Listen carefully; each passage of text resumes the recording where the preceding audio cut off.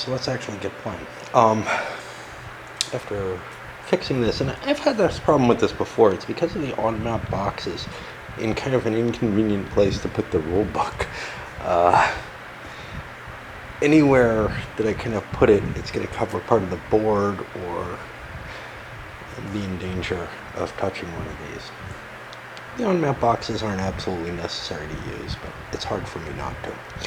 But anyway, in order to facilitate setup, what I've done is I've put diplomats in the locations that apply to each player here. Now, the North American starts all the setup things. And you'll look, and these largely make some sense, although some of my kind of questions. So, for example, the West Indies is a big deal to the U.S. There's no question about that. Israel's a big deal. Southeast Asia and Korea. Egypt, though, that strikes me as more of a West European concern. It was France and England who were most worried about the canal, and the U.S. most worried about Israel in that situation. And then over here, you've got China interested in Taiwan, which damn well makes sense, but not the U.S. You wouldn't want too many places where people are competing, though, and in fact, the only place where people are competing is Southeast Asia. So you'd have like China and the U.S. set on really a collision course over those. So it is in fact kind of weird that they both have one there. So the U.S. has to decide which one to place first. And, like Afghanistan is a dumb idea because it's really easy to project into the Soviet Union, but then these are all next to each other. So the Soviets have kind of a nice, easy way. I'm going to toss one into India, and then this just is just a holding thing.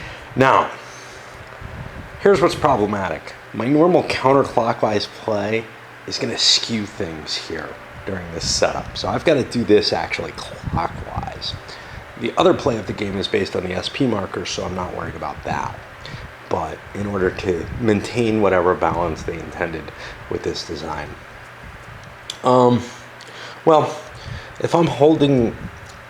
If I'm getting any leverage out of these, I should play the US one next. Let's put the US one in Southeast Asia. That actually precludes the Chinese from being placed there, so I've kind of done something interesting there. I would rather not put things next to China. Anyway, the Chinese, hey, maybe we'll make a deal, right? Soviets, we'll give you Afghanistan if you give us what? There's nothing really they can give us. Okay, so we won't do that. What about Western Europe? Well, nobody can really give us anything. The only thing that could have been given to us was Southeast Asia. Dicks. All right, well, if they're dicks, there's not a lot we can do about it, really. We'll put this in the Congo because it's a higher valued area. Although it is next to an area we're interested in, maybe, but we'll see. This decision making is really pretty damn random, as it might seem. West Indies isn't particularly bonus for the U.S.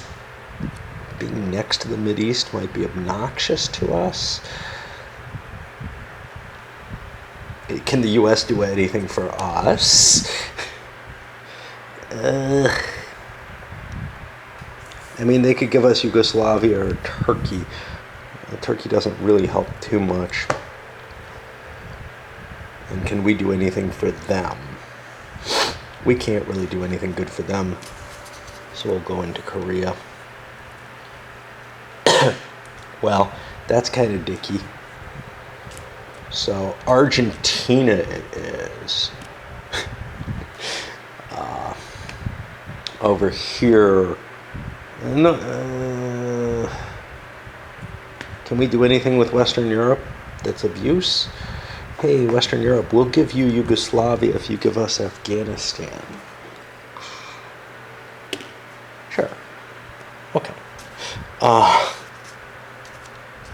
Sounds reasonable, because there's always Australia, which would suck.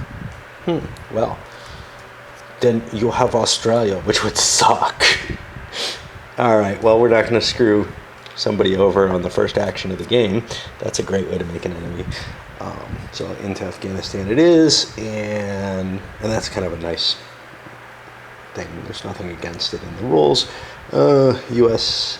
throwing something into China. Well, we don't particularly want to have them there. I don't know. Put it into West Africa. Doesn't really make much difference.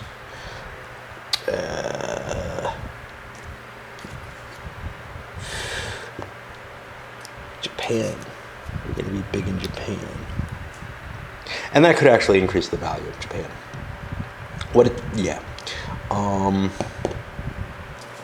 U.S., we'd like to dick U.S. over as much as possible. We think the West Indies is probably the worst place we can put them, because it doesn't get them any influence near the Middle East or any draw to that area where they could really strengthen their position there. We'll give you Taiwan just because it should be really important to China. No better reason. And that's all that. After that, everybody's going to get 7 action cards, and then they get to start making their decisions on that. I'm going to reshuffle some of those decks. I've shuffled them already, but I don't trust the shuffling I did. The thing is, I'm capable of seeing comments that get withdrawn in YouTube, and I guess somebody else was watching this and said, "Oh, that sound kind of looks like Spies in terms of the mechanism with the action cards." And then I guess they heard me say it, and they're like, "Oh," and withdrew it, which is cool. I like seeing those, but it looks even more like Spies. And I bet you Lenny Glynn is involved in Spies. I'm curious. Let me take a look. And maybe Prados is as well. But this, Cold War is a game for everyone. Cold War is a game of initiative. This is like how they advertised Spies. So whoever came up with that was definitely into doing that. I'm trying to see. There it is. Who made Spies? Lenny Glynn and John Prados. No big shock there, huh? Interesting. Now what I'm going to do is I have to look at my cards and make a decision where my diplomats should go, etc. for each player. It's not going to be too interesting, except, hey, you haven't gotten to see these guys. They're not too exciting. Double Cross. Opposes Double Cross card. Costs 5 SP. Well, that doesn't help me at all. Initiates an economic warfare. That's not going to help me here. Here's a double cross that opposes faction, alliance, political control, and military control. So the cards, what's on the cards is more important than the name of the card. Initiates an insurgency, okay? Economic warfare, and an assassination. I don't know. Another problem here is diplomats and spies are going to be in locations that maybe aren't that important to me. On the other hand, during my turn, I can move them where I like. So I can really kind of put these in places that I want to exert maybe negative influence more than anything else. Because when I'm doing positive influence, I get a chance to move them beforehand. But I'm going to be putting my pieces in places where I am most interested, and those pieces have to be expended, which means I don't really need diplomats in those areas necessarily. So I'm going to toss an agent down into Southeast Asia, just as an example. I had to clear all my counters off the board. And we'll continue around looking at each player's set of cards. His cards don't really do much. Initiating economic warfare. Well, until I know where the enemy's pieces are, I'm not going to know where to do these, but I can move my pieces into locations for that. Using a diplomat for economic warfare is a little silly, but not ridiculous. The reason it's silly is because they're more exposed and can be kicked out of places, whereas the agents can go do it, and it's harder to get rid of them. So having a mixture, though, of diplomats and agents is important, because some of the stuff that you do probably actually requires you to have an agent. I'm not so sure. Let's take a look. So attempt to establish a faction, yeah. So you need a diplomat to start factions. Agents for assassination. Economic warfare requires an agent. I thought it required a diplomat. Destabilization requires an agent. Coups require an agent, and insurgency requires an agent. So, yeah. And you got to be careful with some of the ands and ors. So, agent in region and military presence or military control. That's pretty clear. One of the two militaries in the agent, but it's not written in a way. It's not obvious. There's no mathematical precedence for ands and ors in normal English. So, yeah. Anyway, I guess we'll look at the Russians, see if their cards look better. Economic warfare, double cross, security opposes destabilization. Free if you have military presence or control. Coup. They have a destabilization. Opposes insurgency. Initiates economic warfare. And then let me look at the cards. The cards do not have any restriction by unit unless it's specified on the card itself. So what are they looking at? Well, a couple economic warfare. Looks like they're a little bit more militarily organized. What does that matter?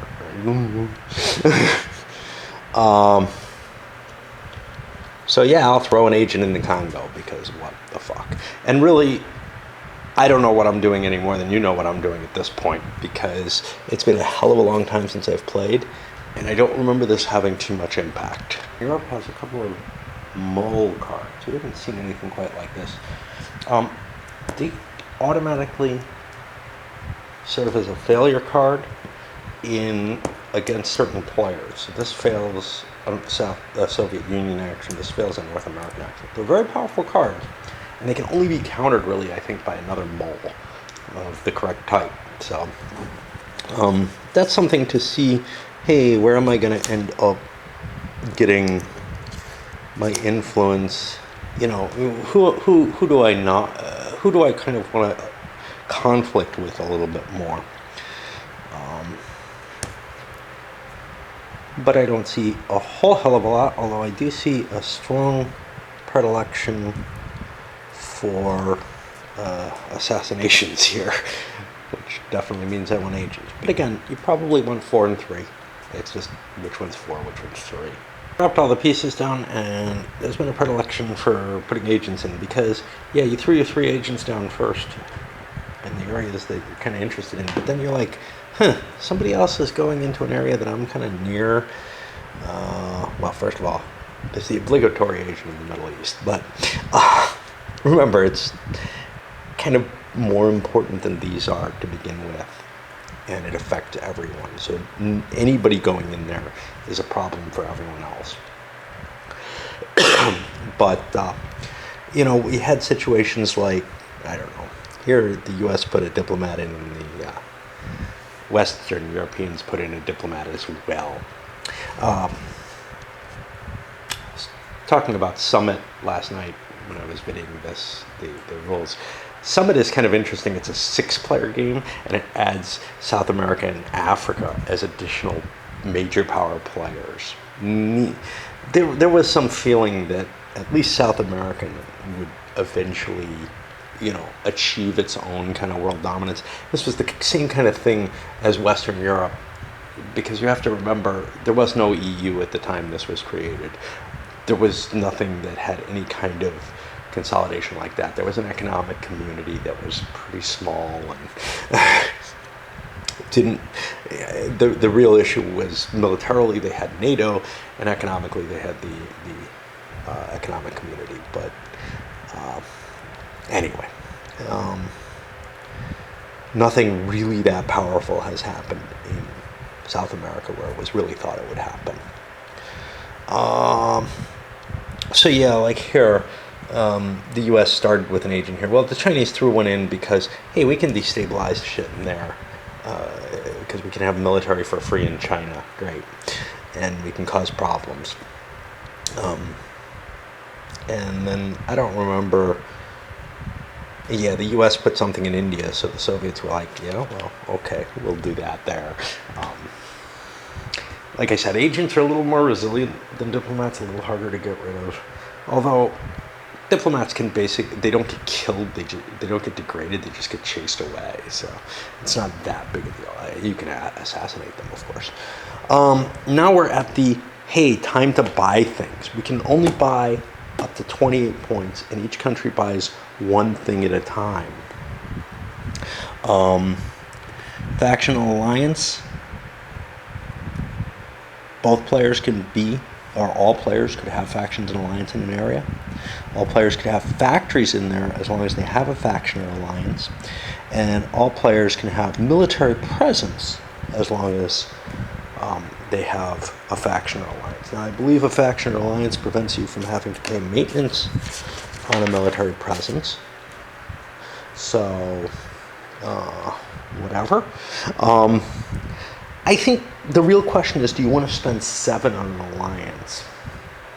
Well, I'm going to do things kind of slowly, and I'm going to put a 3-point faction here in the West Indies. And that allows me to build things up there. Goes to the Soviets. Gosh, we're most worried, to be honest, India and the Congo. I don't know which one worries us more, but we want at least a faction in either. We can't upgrade to an alliance once we buy the faction, though. Nobody seems interested in Afghanistan, so we'll just spend the 3 on dropping a faction here in Afghanistan.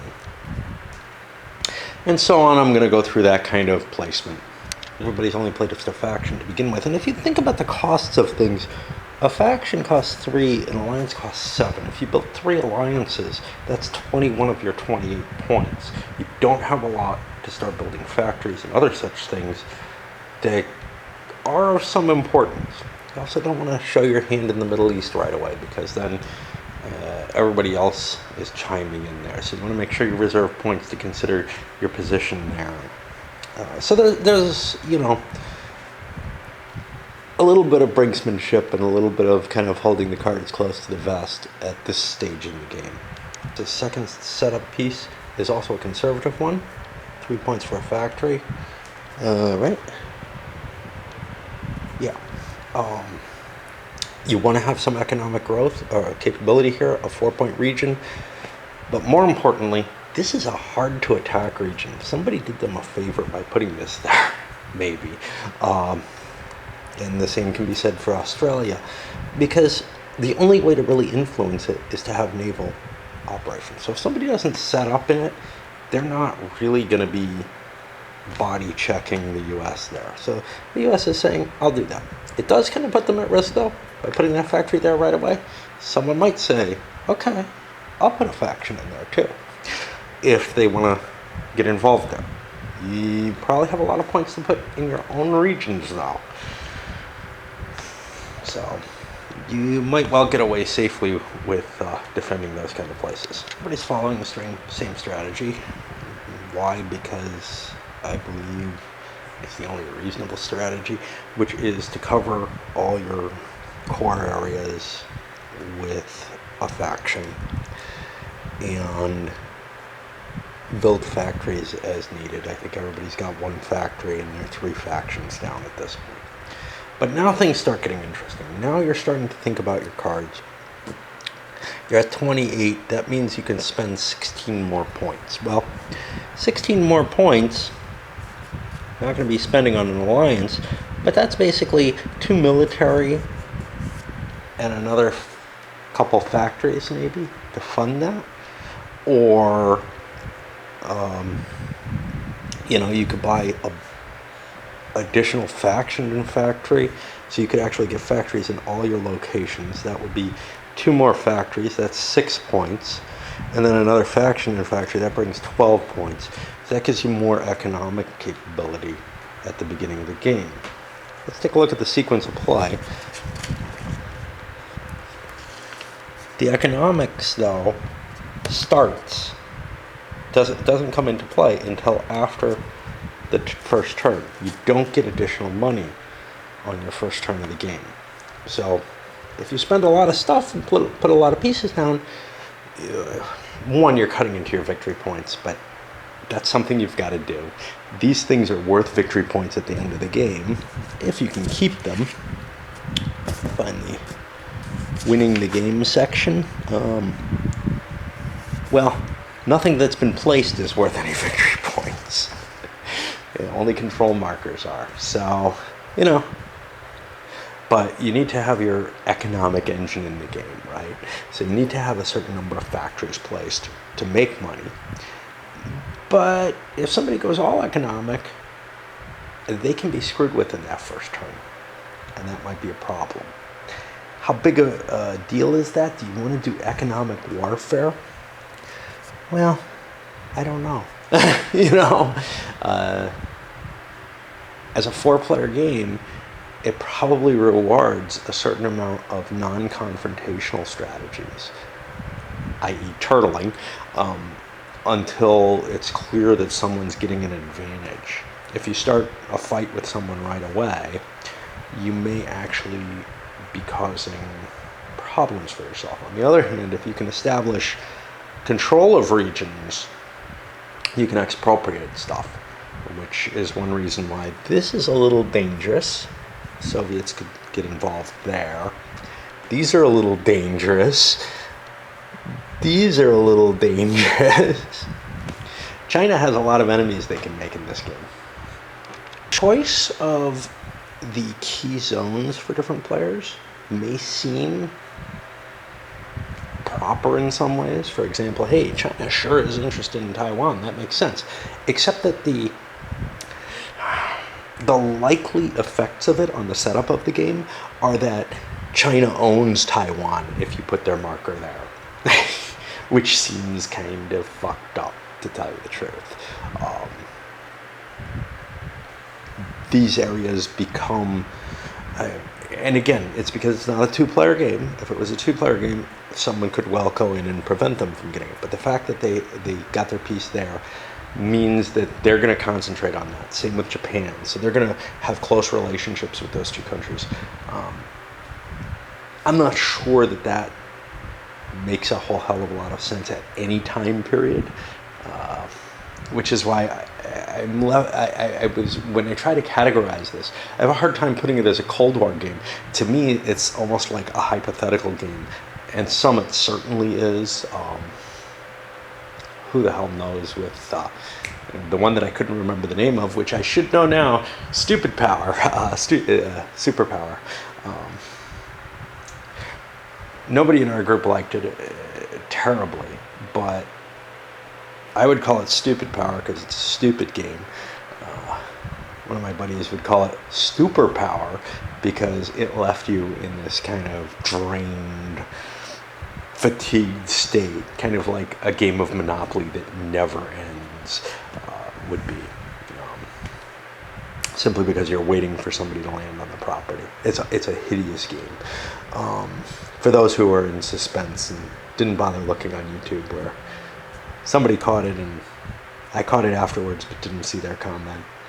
Well, I noted it afterwards. I caught it as soon as I turned the damn camera off. Yeah, so now looking at the cards and thinking about what I want to do is what's really important. And yeah, I'm really kind of taking forever getting this started, but it's hard. Games where you have to figure out the setup are tough. I kind of like the fact that Twilight Struggle just says, boom, here you go.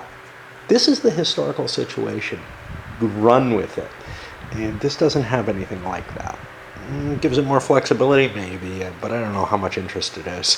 Drops a factory on the board to improve their economics. Now there are 2 in the U.S. decides, all right, let's start it, and drops a faction into the Middle East. The reason they're doing that is that actually everybody's in kind of the same position in regards to the Middle East right now. They don't have an adjacent location to the Middle East. If you have something like Israel that you're projecting power into the Middle East with, you can do at least destabilization, insurgency events to destabilize any attempt to take control of the Middle East. But nobody's got anything down there, and that's kind of a big deal.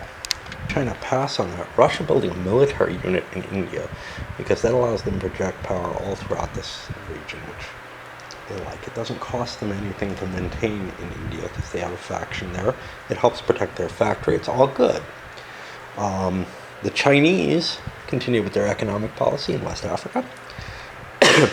Again, the extent of Chinese power in this game also seems ahistorical for any period prior to when the game starts. It might make sense, after 1980 or so, when the game was published. It might make sense sometime after 1980.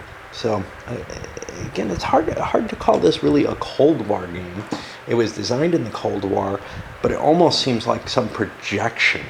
I say after Taiwan's been seized and somehow Japan's been converted, But then why is the U.S. still in Southeast Asia? Why do they care about it? Well, I don't know. It's very hard to put your finger on any historical projection of likelihood that would create this, and it's obvious that it does not generate. It's very capable of generating historically implausible situations.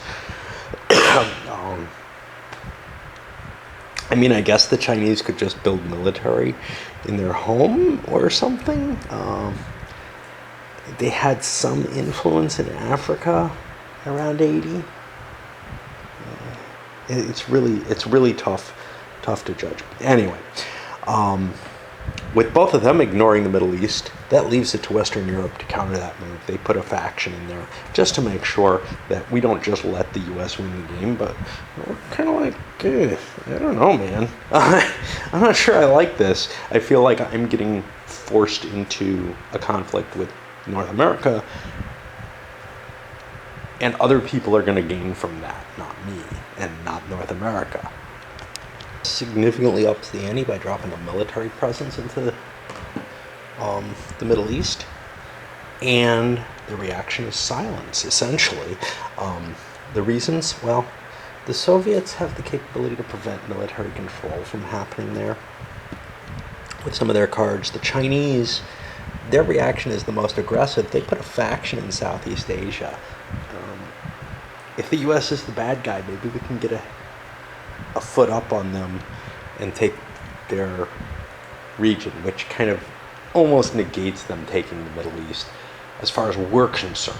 But other powers really don't want them in the Middle East, so we're kind of hoping they'll stop them there, but while that fighting's going on, maybe we gain something. And for Western Europe, I found, hey, I didn't have as many factories as everyone else. I don't know why that happened, but I dropped a factory into Yugoslavia. Maybe the U.S. doesn't have as many either. Yeah, the U.S. did not put a factory here either. So a number of the powers don't have 3 factories. China filled their 3rd factory a little earlier. So the U.S. is looking more for immediate confrontations. Everybody else looks like they're kind of in the position of, yeah, let's make sure we build. We still haven't spent all the points that we have to, and nobody said, I'm done yet. Start getting uglier. The U.S. responds to the Chinese by dropping another military presence into play.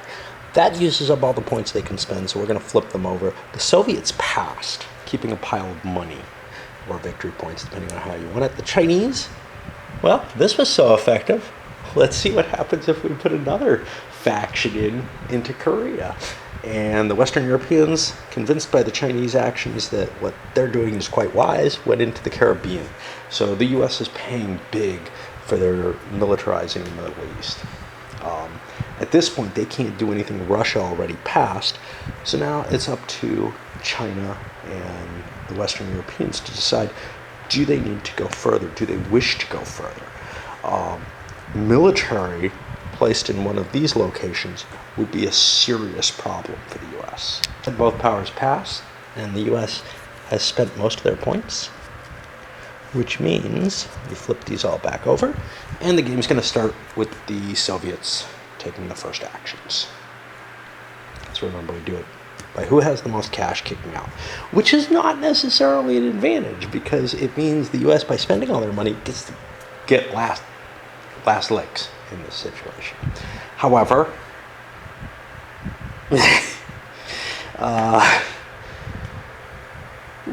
there's a flexibility to having that cash on hand that's kind of nice too.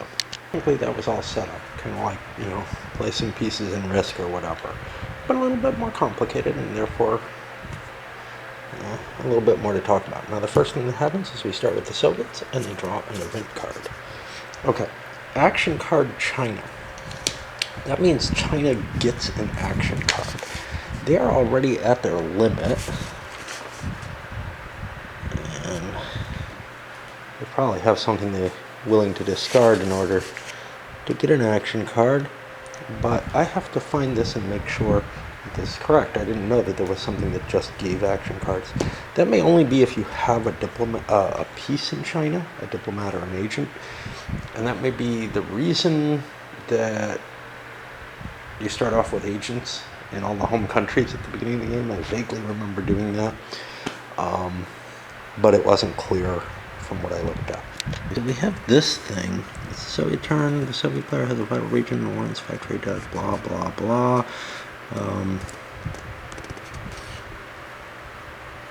We're on bidding on this. This is a power vacuum example. I'm trying to see if I can find... Here we go. Each player who has an agent or diplomat in the home country indicated may draw one new action card.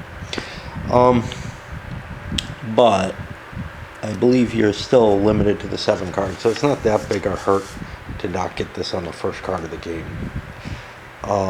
Instant income in the Congo and Southwest Asia. Okay, nobody has a factory in Southwest Asia, but Russia has one in the Congo, so they will get the 4 points for that. Hey, random bonus, but that means this card isn't going to happen again. Power vacuum in turn 7 or later in Korea. Well, it's not turn 7, so now we figure out what the hell to do with the Soviets, right? They would like to improve their influence in places, but I have to look at the cards and what their actions can do, so I'll do that. Nasty actions mainly come from the cards. These are all defensive cards. Initiating a coup, that's a big deal, and I'm not in a position to do so. You need to have the military in place rather than just nearby, so that's not an option. Destabilization just takes an agent. I could hurt, say, the US with that. What's not clear is the oppositional card. I guess there's the manifest here that you could look at, which could tell you that. I hate doing that kind of study in a game, so I'm not going to. But if you were playing this with any serious intent to be competitive, you wouldn't just kick off an action unless you know that you have the defenses for it. And both this and spies, what I've found players usually do is they're kind of like, okay, I'll try this, and they try something out, and they find out what counters it, and they start to realize how they're going to get burned if they don't have the proper response cards. Same thing with, what the hell is the airplane card game, and also attack sub, the airplane game Down in Flames, where you just get used to what counters you need to hold in your hand and what you shouldn't be expending. However, I don't think I want to do a destabilization or an economic warfare for that matter in particular. Those are aggressive actions that you take up against someone. What I do want to do is good actions like faction, alliance, political, and military control. These seem wise. Now, I'm allowed to move my units before I do anything, and then I'm not allowed to move them again. So I kind of have to figure out everything that I'm going to do with my turn before I do any of it. Now here, for example, I could attempt to establish military control of India. That would be valuable. That would be very valuable. However, in order to do that, I have to kind of understand, well, what can prevent that? First of all that's there is a U.S. unit. If I could kill that agent with an assassination, I'd be pretty guaranteed. I think a mole might still be able. Nah, I think you still need a piece in the place to play it. Oh, Master Spy. It's an expensive mole. Against anyone, though. So, a double cross could screw me up. Do I have anything that counters double crosses? I do not. This is an expensive action to take at that point. So then, okay, well, what counters economic control? Because that would be useful. Now, I could go for economic control up here in Afghanistan, and I'd be pretty safe. That doesn't sound like a bad idea at all. Could also try to go for an alliance, which would cost me 4, but I think the economic control is a better idea. Nope, I need at least an alliance or military control in order to do that. Okay, so let's go for an alliance there. We're going to spend 4 SPs on that. Oh, do we want to move anything? I don't think we want to move our military around. Our agents, they're not really doing us much good in other people's things. So here's what I'm going to do. I'm going to slip agents. Now that I see what's going on, I kind of want that guy there. I'm going to slip agents into every other player's home country so that I can get draws off their cards. Hey, this is an advantage of going first, right? And I'm not going to be moving military around, but my diplomats. Well, for an alliance, I don't need a diplomat. I need a faction, which I have. So I'm kind of happy with where my diplomats are sitting. My other agent here, that maybe isn't an optimal location, but it's fine. I think we're good in terms of movement. So I'm going to try to go up to what I said, an alliance there. And that just cost me 4. And there's no one who can contest it. So the backside of these has the alliances on it. But I'll just swap the counters out so that I have more factions available if I need them. Now, I've done an action from column A there, so I can't go immediately to economic control there. That's fine. We're setting things up. I don't really want to spend a lot. So let's go for our military control here now. And that's going to cost us 5 SPs. Getting us down to 12. How did the US get to 11? I'm hoping that I screwed up, or I'm counting rather than something else. 3, 6, 7, 8, 9, 14, 15, 16, 17, 22, 25. I get 28, which should be 12, and they haven't done anything to lose anything. So I think I just moved the counter too many spaces at one point. I hope. If not, it must be quite a few off. So, all right. So I'm going to try to go for military control here. Only the U.S. can intervene. They could double cross.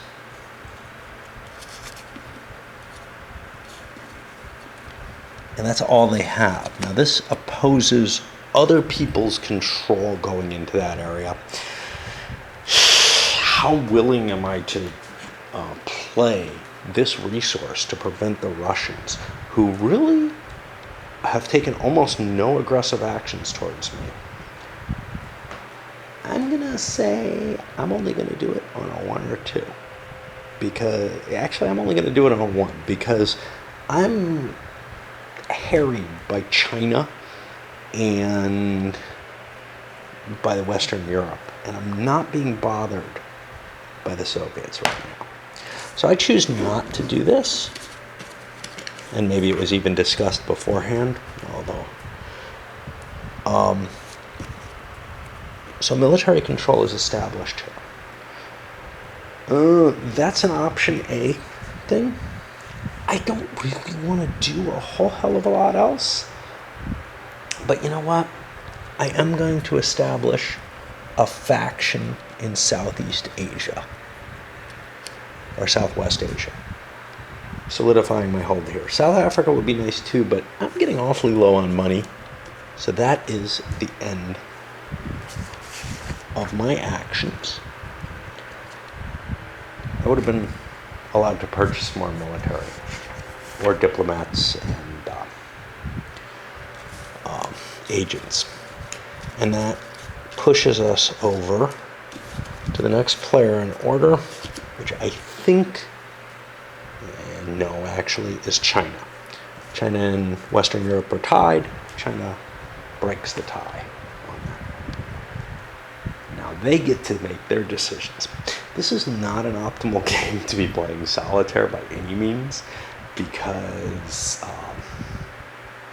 there's a lot of interactivity to it. That's the biggest thing. The cards, the hidden factor of the cards doesn't make much difference. I've found even playing opposed, it's hard enough to keep track of what the hell you have in this and in spies. So, sometimes you can devise a plan, but often things just fall where you're like, okay, I'll stop that, whatever. Okay, so China draws their card. Game turn ends turn 10. This is not turn 10, so we know this. There'll be a reshuffle the event deck on turns 5 or 9.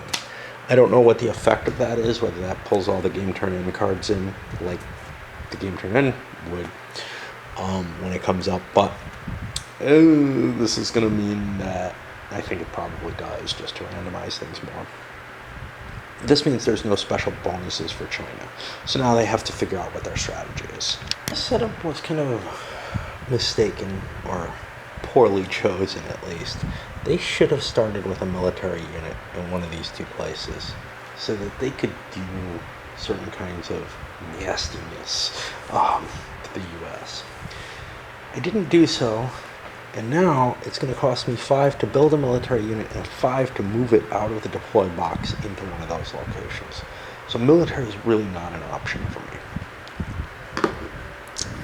I think the second faction was definitely questionable. I have some economic warfare.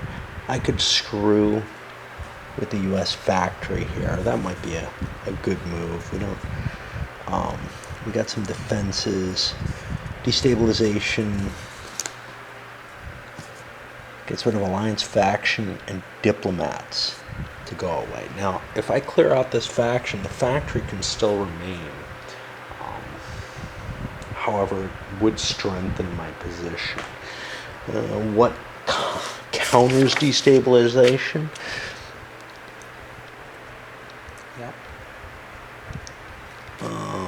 Obviously those. Security does. And do I have anything that opposes? Yeah, we can see that. I don't have anything that opposes security. Double cross also might it not? Nope. So yeah, I'm not really in the position card-wise to push this. I may want to do economic warfare,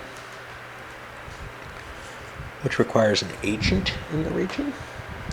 So I think that'll be what we aim for. We're going to throw an agent over here. We'll get agents in everybody else's territory.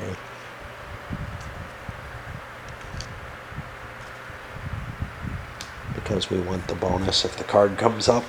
And yeah, we'll try to do something violent. We can impose economic control. That can be useful too. But we're going to play this. This is a column B over there, so we could increase our faction as well. And that costs us 3. Now, only the U.S. cares and can defend against this. So do we have anything that defends against economic warfare? Well, yes. We actually have quite a bit. So, this is a card that's best for initiating economic warfare, as This one's a little better at initiating. So we're going to play this one, which opposes economic warfare, for 3. Okay, so now China is facing an economic warfare. This does not oppose economic warfare. Oops. And we don't have anything that opposes that. So our action failed. If the attempt fails, the agent is degraded, and he goes into the purchase box. Oops.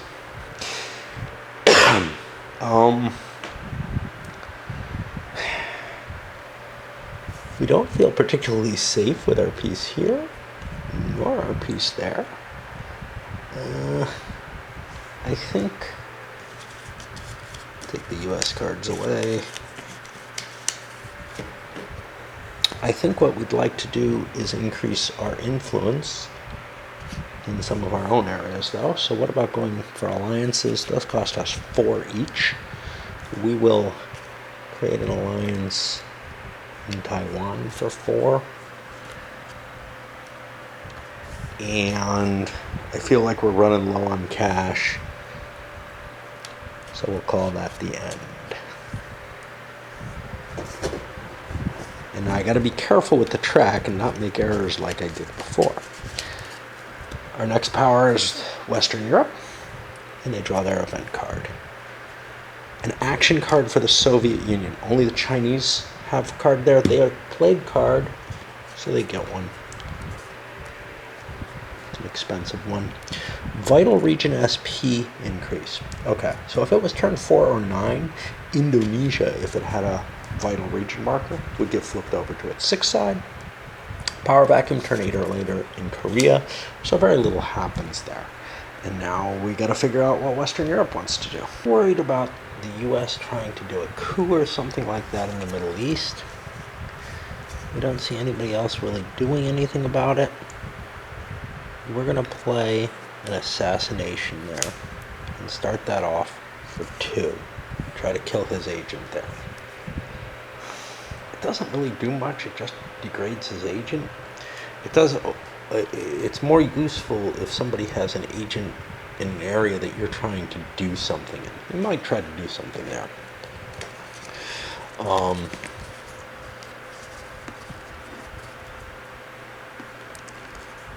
We do not want to be assassinated particularly, so we'll spend 2 to prevent that. However, the effects of an assassination, if you fail, your own agent is degraded.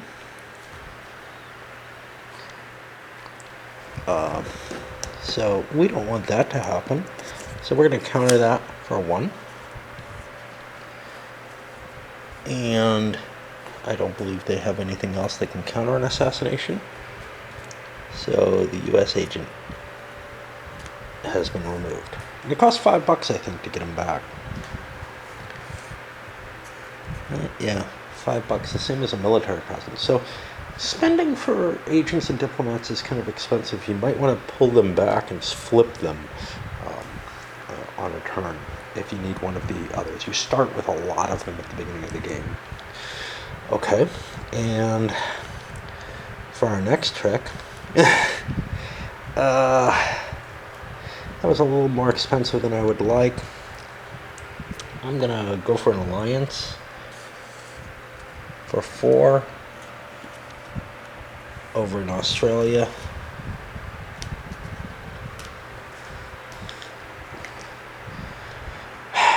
I could slap down a factory there. It's dangerous, but I have a lot of capacity to prevent the US from doing something. So let's go back to the Middle East. And we have a faction, so we can do one of these. We'll start that off for 3. Now, a lot of people can oppose this. Yeah, we don't want to do that. There's just too many people who have pieces in there. We're not really threatening them with a factory, but if we get it up to control somehow, Oh no, we can't. Yeah, we can get a factory with faction. So yeah, we're not going to be increasing our income. I think we're going to call it there. And that puts us on the last country, the US, who draws a card. Game ends turn 8. Reshuffle the event deck on 3 or 7. So that's now the current game turn ender. And the US, trying to establish more than I have in the Mideast is not going to be easy. Military control would be possible. What opposes military control? Double cross, we have a counter for that. I think we're going to go for it. I think we're going to go for military control of the Middle East. It's an expensive, high-risk action, but it's what we set up for. Of course, yeah, it's not going to work. Okay, so we spend 5 on this, which gets us down to 2. And now any other player can try to stop this. Now, everybody hates this idea, but the problem is everybody has something in there, so they can all intervene. And Western Europe's saying, you know, I did something against them. Soviets, you haven't done anything. It's your job. The Soviets agree. Let's see if they can do something. Oop, these assassinations are gone. This gets reshuffled if it runs out.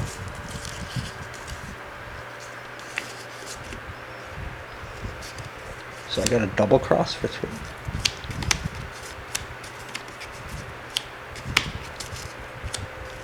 I will play my double cross for 3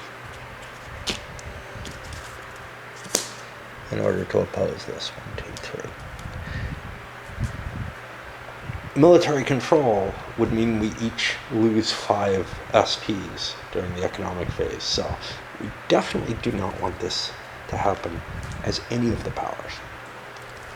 Well, I can counter a double cross for 2.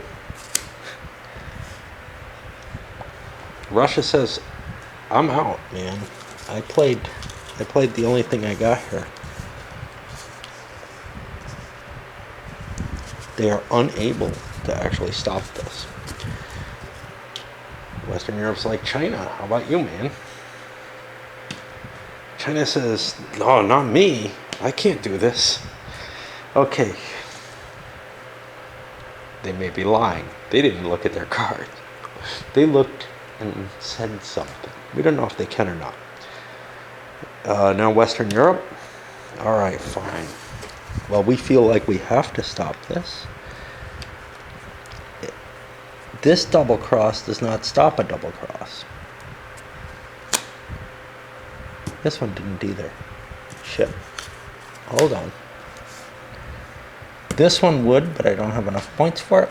Hey, guess what? The US failed. What fails in the case of military control? There doesn't appear to be a penalty. Okay. But now the US has almost nothing.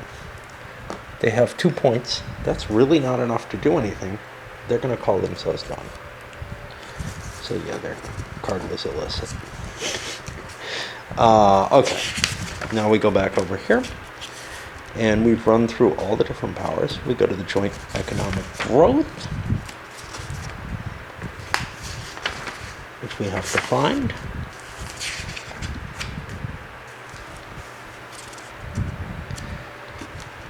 Each player can get 1 or 2 new action cards. Then they'll get money based on their factories. And they pay penalties for anybody who has control in one of their regions. And that's about it, really.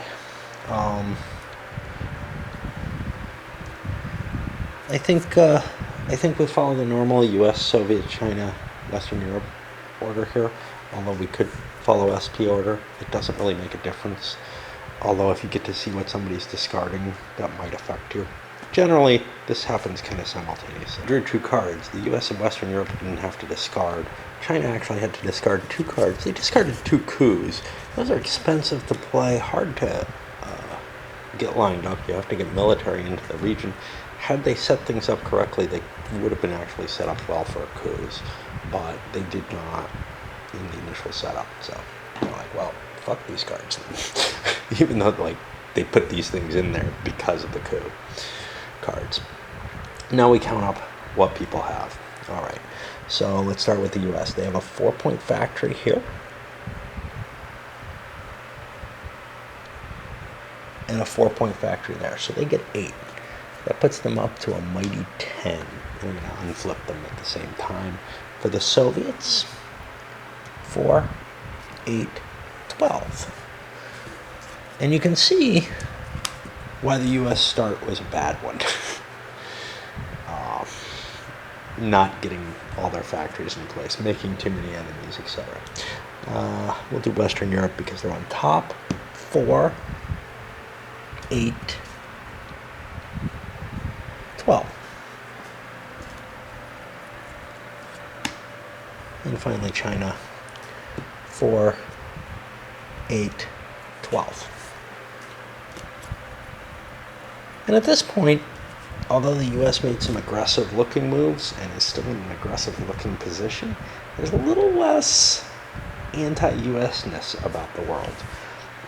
Clearly, though, we do still worry about this. As long as that military presence is there, there is a problem. And if they manage to get that kicked off, they're then right back in things, and then some. But a lot of people took actions against them. That's the end of the first turn. So we go to the second turn. I'm going to put my little marker here to remind me that it's the start of the turn. This is the end of the video as well. I think for future videos, we're going to look less into the action card play and all that, although that's where the excitement in the game is, I got to tell you. And just kind of step back and look at the narrative that it gives, such as there is. But yeah, with the interactivity and the play of these action cards, that is really where the fun in the game comes out. So I just don't think it's terribly interesting to watch a game anyway, being played in that much detail. I know some of you probably disagree, but also it really interferes with my enjoyment of playing an interactive. The game is hard enough to solo as it is. It really interferes to have, explaining everything that's going on, looking at everything, etc. So it's probably going to go by pretty quickly after this. It's a mid-length game, probably about 4 hours, I would guess. I like this one better than Spies, primarily because of the cards. And although the rules are a little sketchy, Kratos seems to do that, man. First Third Reich. But